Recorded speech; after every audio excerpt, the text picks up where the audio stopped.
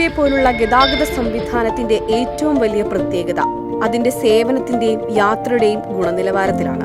പക്ഷെ ഇപ്പോൾ എക്സ്പ്രസ് ട്രെയിനുകളിൽ ജനറൽ കോച്ചുകളുടെ എണ്ണം കുറയുന്നത് സാധാരണക്കാരായ യാത്രക്കാർക്ക് തലവേദന സൃഷ്ടിക്കുന്നതായിട്ടാണ് റിപ്പോർട്ടുകൾ. അത് സ്ലീപ്പർ കോച്ചുകൾക്ക് പകരം എയർ കണ്ടീഷൻ ചെയ്ത കോച്ചുകൾ, പ്രത്യേകിച്ച് 3AC കോച്ചുകൾ ഉൾപ്പെടുത്തുന്നതാണ് കാരണം.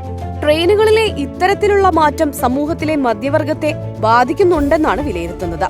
ചില ഉദാഹരണങ്ങൾ ചൂണ്ടിക്കാണിച്ചാൽ, നോർത്ത് ഈസ്റ്റേൺ റെയിൽവേ ഏകദേശം 40 എക്സ്പ്രസ് ട്രെയിനുകളിലായി 100-ലധികം AC കോച്ചുകളാണ് ഘടിപ്പിച്ചത്. ഇത്തരത്തിൽ ഉൾപ്പെടുത്തിയ പുതിയ കോച്ചുകളിൽ 75%-ലധികവും 3 ടയർ കോച്ചുകളാണ്. ബാക്കിയുള്ളവ സെക്കൻഡ് ടയർ കോച്ചുകളും. അതേസമയം ട്രെയിനുകളിലെ ജനറൽ, സ്ലീപ്പർ കോച്ചുകളുടെ എണ്ണം തുടർച്ചയായി കുറയുന്ന അവസ്ഥയുമുണ്ട്. ട്രെയിനുകളിൽ യാത്രക്കാരുടെ എണ്ണം വർദ്ധിച്ചുകൊണ്ടിരിക്കുന്ന സാഹചര്യമാണ് നിലവിലേത്.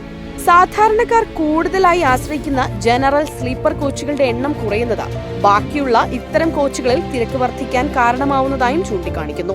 എന്നാൽ ഈ ഒരു സംവിധാനത്തിൽ റെയിൽവേയുടെ മറുപടി ഇപ്രകാരമാണ്: ഓരോ ട്രെയിനിലും പരമാവധിയുള്ള 22 കോച്ചുകളിൽ 18 AC കോച്ചുകളെങ്കിലും ഉണ്ടായിരിക്കണമെന്നാണ്.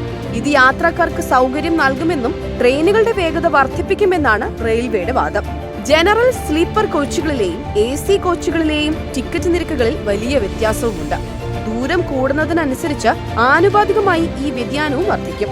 റെയിൽവേയെ സംബന്ധിച്ച് ലാഭകരമല്ലാത്ത റൂട്ടുകളിലും സ്ഥിരമായി സർവീസുകൾ നടത്തേണ്ടി വരുന്നുണ്ട്. സാമ്പത്തികമായി റെയിൽവേ വലിയ ലാഭം നേടാത്ത സ്ഥിതിയും പല മേഖലകളിലുണ്ട്. എന്നാൽ വരുമാനം വർദ്ധിപ്പിക്കാനുള്ള റെയിൽവേയുടെ ശ്രമമാണിതെന്ന് ഒരു കൂട്ടർ അഭിപ്രായപ്പെടുന്നു. സാധാരണക്കാരായ യാത്രക്കാരെ സംബന്ധിച്ച പുതിയ സംവിധാനം നീതിയല്ലെന്നാണ് വാദം.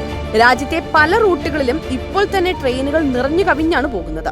ഇപ്പോഴത്തെ പരിഷ്കാരം ഈ തിരക്ക് അധികമാക്കാനേ ഉപകരിക്കൂവെന്നാണ് പുതിയ നയത്തെ എതിർക്കുന്നവർ അഭിപ്രായപ്പെടുന്നത്. തിരക്ക് വർദ്ധിക്കുന്ന ഉത്സവ സീസണുകളിലാണ് പരിഷ്കാരം കൂടുതൽ ബുദ്ധിമുട്ടായി മാറുന്നതെന്നും വിലയിരുത്തുന്നുണ്ട്. എന്നാൽ തിരക്ക് കുറയ്ക്കാനും റെയിൽവേ ആധുനികമാവാനും പുതിയ നയം കാരണമാകുമെന്നും വാദങ്ങളുണ്ട്. ഉത്സവ സീസണുകളിൽ തിരക്ക് കൈകാര്യം ചെയ്യാനും സമയം പാലിക്കാനും നടപ്പാക്കിയ നയം മാത്രമാണെന്നും കരുതുന്നവരുണ്ട്. രാജ്യത്തെ ചില റെയിൽവേ സോണുകളിൽ മാത്രമാണ് ഇത്തരം പരിഷ്കാരങ്ങൾ നടപ്പാക്കിയിട്ടുള്ളൂ എന്നത് ഇതിന് കാരണമായി ചൂണ്ടിക്കാണിക്കുന്നു. അടിസ്ഥാന സൗകര്യ വികസനം ഏതൊരു നാടിന്റെയും അഭിവൃദ്ധിക്ക് അനിവാര്യമാണ്. 2023-24 കേന്ദ്ര ബജറ്റിൽ 2,40,000 കോടി രൂപയാണ് റെയിൽവേ മന്ത്രാലയം അലോക്കേറ്റ് ചെയ്തത്. റെയിൽവേയുടെ അടിസ്ഥാന സൗകര്യങ്ങൾ വർദ്ധിപ്പിക്കുന്നതിന് വേണ്ടി ചരിത്രത്തിൽ ഇതുവരെ അനുവദിച്ചതിൽ ഉയർന്ന തുകയാണിത്. ഇത്തവണത്തെ ബജറ്റിൽ റെയിൽവേ വികസനത്തിലുമുണ്ട് കേരളത്തിന് വാനോളം പ്രതീക്ഷ.